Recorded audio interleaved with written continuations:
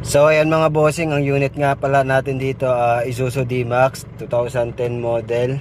So ayan, umaandar na to mga boss. Ang problema niya, ito nakalabas ang check, yung 4-wheel drive niya.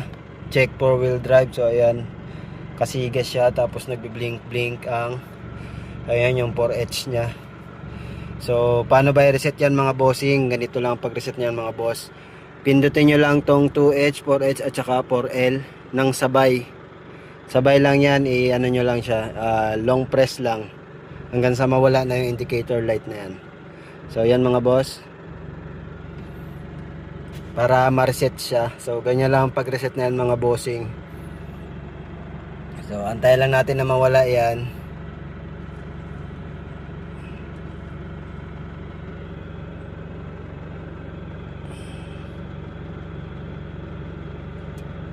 Ayan mga boss, nawala na. So pwede natin bitawan. So yung nagbi-blink-blink na yan na 4H na yan, so mawawala din yan. So ayan na mga boss, nawala na. So ganun lang mag-reset ng Isuzu D-Max sa 4-wheel drive indicator light na lumalabas. So ganun lang kasimple mga boss. So yun lang.